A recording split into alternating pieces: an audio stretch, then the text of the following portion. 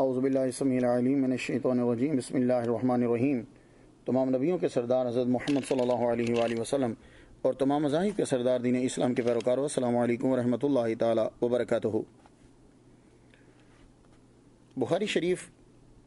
جلد دوسری صفحہ 1091 1091۔ اس حدیث کے راوی ہیں ابو بردہ، کہتے ہیں قدمت المدینہ تھا، میں مدینہ آیا، فلاقینی عبداللہ بن سلام، تو مجھ سے حضرت عبداللہ بن سلام ملے، فقال لی انطلق الی المنزل، مجھ سے کہنے لگے آؤ میرے گھر چلو، فاسقیک، میں تجھے پانی پلاؤں گا، فی قدح شرب فیہ رسول اللہ صلی اللہ علیہ وسلم، میں تجھے ایسے پیالے سے پانی پلاؤں گا جس پیالے سے حضور نے پانی پیا، وتصلی فی مسجد صلی فیہ النبی صلی اللہ علیہ وسلم، اور اس جگہ پہ نماز پڑھو گے تم جس میں حضور صلی اللہ علیہ وسلم نے نماز پڑھی، فانطلقت، میں ساتھ چلا، معہ ان کے ساتھ، فاسقانی سویقا، انہوں نے مجھے اسی پیالے میں ستو پلائے، وأطعمنی تمرا، مجھے کھجوریں کھلائیں،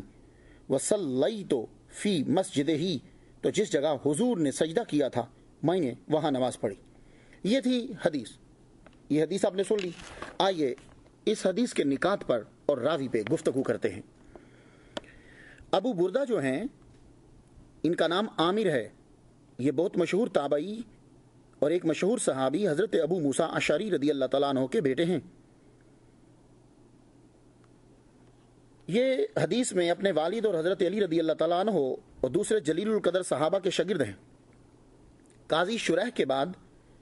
یہ کوفہ کے قاضی بنا دیے گئے تھے ابو بردہ جو ہیں، مگر عبد الملک بن مروان کے گورنر حجاج بن یوسف ظالم نے ان کو معزول کر دیا تھا، اور جن کے پاس یہ مدینہ میں آئے تھے عبداللہ بن سلام، یہ صحابی ہیں، یہ یہودیوں کے سب سے بڑے عالم اور توریت و انجیل کے بہت ہی ماہر تھے، یہ مدینہ ہی کے باشندے تھے اور مدینہ ہی میں مشرف با اسلام ہوئے، یہودی ان کے دشمن ہو گئے۔ حضور صلی اللہ علیہ وسلم نے ان کو جنت کی بشارت دی تھی، 43 ہجری کے سال مدینہ منورہ میں ان کا وصال ہو گیا۔ تو یہ حدیث مبارکہ آپ نے دونوں صاحبان سن لیے۔ عبد الرزاق، محدث عبد الرزاق، یہ امام بخاری کے استاد ہیں، اس حدیث کو اس طرح بیان کیا ہے کہ حضرت ابو بردہ کے والد حضرت ابو موسیٰ اشعری نے خاص طور پر ابو بردہ کو مدینہ منورہ حضرت عبداللہ بن سلام کی خدمت میں علم حاصل کرنے کے لیے بھیجا تھا۔ چنانچہ حضرت عبداللہ بن سلام سے ان کی ملاقات ہوئی تو انہوں نے مرحبا کہا اور پھر فرمایا کہ تم میرے مکان پر چلو، میں تمہاری اس شان کے ساتھ مہمان نوازی کروں گا کہ میں تم کو اس مقدس پیالے میں کچھ پلاؤں گا جس میں حضور صلی اللہ علیہ وسلم نے پانی نوش فرمایا تھا، اور تم میری مسجد میں نماز پڑھو گے جس میں حضور صلی اللہ علیہ وسلم نے نماز پڑھی تھی۔ چنانچہ ابو بردہ ان کے مکان پر گئے تو انہوں نے کھجور کھلا کر اس متبرک پیالے میں ستو گھول کر پلایا۔ یہ حدیث سن لی آپ نے، صرف سننا نہیں ہے، غور کرنا ہے اس پہ کہ اس میں نکات کیا ہیں۔ یہ بخاری شریف کی جو حدیث ہے اس میں نکتہ یہ ہے کہ صحابہ کرام حضور صلی اللہ علیہ وآلہ وسلم کے ساتھ جو چیز مس ہو جاتی تھی اس کو بطور تبرک اپنے پاس رکھ لیتے تھے، اور لوگوں کو بھی اس کی زیارت کرواتے تھے اور لوگوں کو دعوت دیتے تھے کہ اس سے تبرک کو حاصل کرو۔ تو زندگی میں ایک مرتبہ حضور صلی اللہ علیہ وسلم نے اپنی لائف ٹائم میں اس چیز کو استعمال کیا تو برکت اس کے اندر جذب ہو گئی، اب وہ برکت مسلسل اس چیز کے ساتھ رہی۔ یہی وجہ ہے کہ جب ابو بردہ آئے تو انہوں نے یہ کہا کہ آؤ میں تمہیں اس پیالی سے پانی پلاتا ہوں جس پیالے کو میرے نبی کے لب لگے ہیں، اور نماز اس جگہ پہ آ کر پڑھو کہ جس جگہ پہ حضور نے سجدہ کیا ہے۔ جب عبداللہ بن سلام نے مدینہ میں ان کو مہمان نوازی، میزبان بنے ان کے، تو کیا مسجد نبوی نہیں تھی؟ تو مسجد نبوی میں لے جاتے نا؟ نہیں، ان لوگوں کے نزدیک وہ جگہیں، وہ چیزیں بڑی متبارک ہوتی تھیں جن کو حضور صلی اللہ علیہ وآلہ وسلم کا جسم جو ہے وہ مس کر جاتا تھا۔ یہ صرف ایک ہی حدیث نہیں ہے، اگر ہم مطالعہ کرتے جائیں حدیث کا تو ہمیں معلوم ہوگا کہ صحابہ کرام حضور صلی اللہ علیہ وآلہ وسلم کی چیزوں کی کتنی عزت کیا کرتے تھے۔ حضرت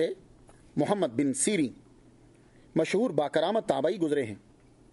بخاری میں ہے یہ، انہوں نے عبیدہ سے کہا میرے پاس حضور صلی اللہ علیہ وسلم کے چند منہ مبارک ہیں، آؤ، جو مجھے حضرت انس رضی اللہ تعالیٰ عنہ صحابی کے گھر والوں نے مجھے عطا کیے ہیں۔ یہ سن کر عبیدہ نے کہا کہ اگر میرے پاس ان مقدس بالوں میں سے ایک بال بھی ہوتا تو وہ میرے نزدیک تمام دنیا و ما فیہا سے بڑھ کر محبوب ہوتا۔ تو معلوم ہوا کہ صحابہ کرام حضور صلی اللہ علیہ وسلم کے بالوں کو بھی عزت کی نگاہ سے دیکھتے اور احترام کرتے، اس لیے کہ وہ آپ کے سر مبارک سے جڑے۔ اسی طرح صحابہ کرام حضور صلی اللہ علیہ وسلم کے کپڑوں کی بھی انتہائی تعظیم کرتے تھے۔ حضرت امیر المومنین ابو بکر صدیق رضی اللہ تعالیٰ عنہ کی صاحبزادی حضرت اسماء، ان کے پاس حضور صلی اللہ علیہ وآلہ وسلم کا ایک حبہ تھا، بڑا کرتا، وہ اپنے پاس رکھتی اسے، جب کوئی بیمار آ جاتا تو اس کو پانی میں بھگو کر اس کا دھون جو ہے وہ پلاتی، اللہ تعالیٰ شفا عطا فرما دیتا۔ اسی طرح سے حضرت خالد بن ولید رضی اللہ تعالیٰ عنہ، وہ اپنے پاس اپنی ٹوپی کے اندر حضور صلی اللہ علیہ وسلم کا منہ مبارک رکھتے تھے، اور وہ منہ مبارک حضور صلی اللہ علیہ وسلم کی پیشانی کے تھے، وہ اپنی جان سے بھی زیادہ منہ مبارک کو سنبھال کر رکھتے۔ تو معلوم ہوا کہ خالد بن ولید رضی اللہ تعالیٰ عنہ جو اسلام کا بہت بڑا کمانڈر ان چیف ہیں، سب سے پہلے وہ فیلڈ مارشل ہیں، وہ جو ہیں حضور صلی اللہ علیہ وسلم کے بالوں کی کتنی عزت اور تعظیم کرتے ہیں۔ اسی طریقے سے بخاری شریف میں بہت ساری حدیثیں ہیں، صحابہ کرام حضور صلی اللہ علیہ وسلم کے غسالہ وضو کو لوٹ لیتے تھے۔ کیا مطلب؟ حضور جب وضو فرماتے تھے تو صحابہ کرام حضور صلی اللہ علیہ وسلم کے وضو کا پانی زمین پہ گرنے نہیں دیتے تھے، وضو کا پانی اپنے ہاتھوں پہ لے لیتے اور فوراً منہ پہ مل لیتے تھے، اور جس صحابی کو پانی نہیں ملتا تھا وہ دوسرے صحابی کے جسم کی وہ جو حضور کے پانی کی تری ہوتی تھی اس کے جسم پر وہ لے کر اپنے منہ پہ مل لیتے تھے۔ سبحان اللہ، آج کل تو ہم نے وہ چیزیں کاٹ دیں، اڑا دیں، تباہ کر دیں، مٹا دیں، گرا دیں جو حضور صلی اللہ علیہ وآلہ وسلم سے منسوب تھی۔ تو صحابہ کرام جو ہیں وہ کتنی عزت اور تکریم کیا کرتے تھے۔ حضرت انس صحابی ہیں، انہوں نے وصیت فرمائی تھی، انہوں نے کہا تھا کہ میری موت کے بعد میرے بدن اور کفن میں وہی خوشبو لگائی جائے، جب میں مر جاؤں تو وہی خوشبو لگانا جس خوشبو میں حضور صلی اللہ علیہ وآلہ وسلم کا پسینہ ملا ہوا ہے۔ بخاری جلد دوسری باب من زار قوما فقال عندهم، صفحہ 929 صفحہ 969 کے اوپر۔ تو اب وہ خوشبو پسند کر رہے ہیں